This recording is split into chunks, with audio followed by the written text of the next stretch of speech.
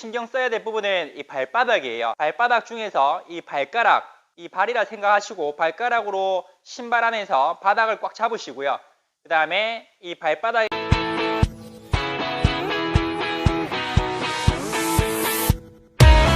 퍼스널 트레이너 김기웅입니다. 오늘 이제 스쿼트에 대해서 설명을 드릴 거예요. 스쿼트가 안 되는 분들도 범위를 설정을 해서 내가 원하는 부위에 힘 전달을 할 수 있게끔 자세 교정을 해드리도록 하겠습니다. 우리가 먼저 스쿼트라고 하면은 완전하게 앉았다가 올라오는 동작을 생각하시는데 굳이 스쿼트가 안 되는데 그렇게 하실 필요가 없어요. 구간적으로 낮은 범위에서 점차적으로 범위를 늘려나가 주시면 되거든요. 제일 처음에 스쿼트라고 하면은 다리 11자 어깨 넓이에서 허벅지가 바닥과 평행이 되는 걸 스쿼트라고 하죠.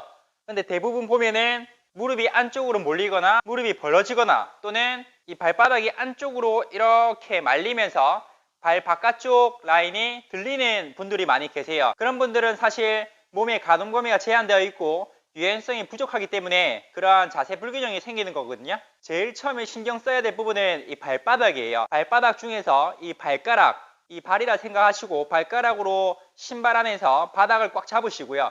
그 다음에 이 발바닥에 있는 족궁이 무너져 있는 분들이 많이 계시거든요. 그래서 이 발바닥을 보실 때 이 발날이라고 생각하시면은 발날과 발가락에 힘을 주셔서 아치형을 만들어 주셔야 돼요. 그래서 갈고리 형태의 모양을 만들어 주신 상태에서 스쿼트 동작을 하기 위해서 준비를 해 주셔야 되거든요. 그리고 동작을 알려드릴 거예요. 자, 이 처음 하는 분들은 처음부터 맨몸으로 이 스쿼트 하기 힘드시죠? 그래서 기둥을 잡으시고 엉덩이만 뒤로 빼서 뒤에 의자가 있다 생각하시면서 살짝 엉덩이만 뒤로 빼주시는 거예요. 무릎이 무조건 과도하게 나간다라든지 엉덩이만 뒤로 빼는 게 중요한 게 아니라 앉았을 때 허리를 세우신 상태에서 팔 앞으로 나란히 하시고 이때 허벅지 쪽, 엉덩이 쪽에 힘을 실어 줄 수 있어야 되지만 키가 크신 분들은 다리뼈가 길어요. 그래서 무릎이 과도하게 앞으로 나간다라든지 상체가 앞쪽으로 많이 기울어질 수가 있거든요. 그래서 그런 분들은 동작을 완전하게 만들어 내려고 하기보다는 발을 잡으시고 엉덩이만 살짝 뒤로 빼셔서 이 자세에서 팔을 앞으로 나란히 하시고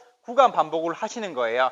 쿼터 스쿼트, 하프 스쿼트, 풀 스쿼트. 물론 이 풀 스쿼트 하실 때는 발끝을 바깥쪽으로 벌린 상태에서 완전하게 앉았다가 올라오셔야 되지만 대부분 허리 유연성, 고관절의 유연성, 종아리의 유연성 이런 부분들이 유기적으로 서로 연결되지 못하다 보니 동작이 안 나오는 분들이 많이 계세요. 그래서 꼭 정확한 하나의 동작을 일어난 상태에서 완전하게 앉는 걸 스쿼트라 생각하지 마시고 구간 움직임을 통해서 그 구간에 필요한 근육들을 하나씩 만들어 간다고 생각하셔야 되거든요. 처음에는 엉덩이만 살짝 뒤로 빼셔서 이렇게 가슴 펴시고 엉덩이 뒤로 하셔서 허리에 힘을 주시고요. 여기서 구간 반복을 해주시는 거예요. 이 정도만 움직이더라도 허벅지 쪽 근육이 타 들어가는 걸 느끼실 수 있어요. 그리고 나서 발을 잡으시고 엉덩이를 뒤로 빼서 엉덩이 쪽에 근육이 늘어났다가 수축되는 걸 느끼시고요.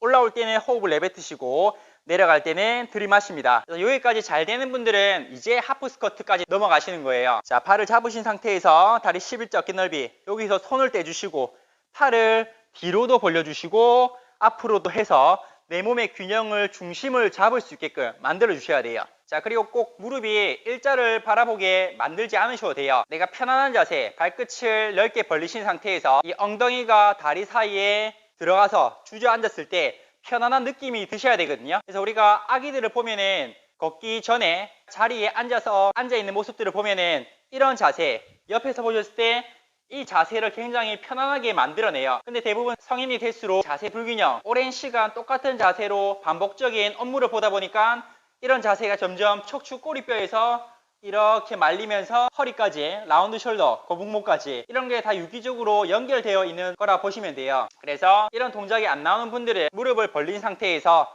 이렇게 스트레칭 정도, 허벅지 안쪽에 있는 내전근이라고 하는 근육이 많이 타이트해져 있어서 안쪽으로 몰리고 무릎이 벌어지지 않는 분들이 많이 계시거든요. 그래서 무릎을 바깥쪽으로 벌리는 스트레칭 이렇게 해주시고 앉을 수 있는 만큼만 위아래, 양손으로는 허벅지를 잡은 상태에서 위아래로 잡으시면 돼요. 100% 다리 힘만으로 하려고 하지 마시고 상체는 팔로써 지탱을 해주시고 그 상태에서 업다운을 만들어 주시면 돼요. 스쿼트를 하실 때 가장 처음에는 발바닥의 상태를 먼저 만들어 주시고, 그 다음에 스쿼트 자세가 안 되는 분들은 앞에 기둥을 잡으시고 주관적으로 아주 좁은 범위에서만 동작을 먼저 만들어 내시고, 거기서 잘 되시면은 반 정도까지 내려가셔서 위아래 움직이시고요. 그게 잘 되는 분들만 이제 풀 스쿼트까지 넘어갈 수 있도록, 이러한 단계를 거치지 않고 스쿼트에 들어가시면은 자세가 금방 무너져 버릴 수가 없어요. 더군다나 거기서 중량이 올라가게 되면은 잘못된 자세로 반복을 하게 되면 허리 통증이나 무릎 통증, 이런 예상치 못한 통증, 부상을 당할 수가 있거든요. 보통 동작을 수행하면서 자신의 약한 부위에 힘이 보상작용이 일어나면서 많이 다치는 경우가 있어요. 그래서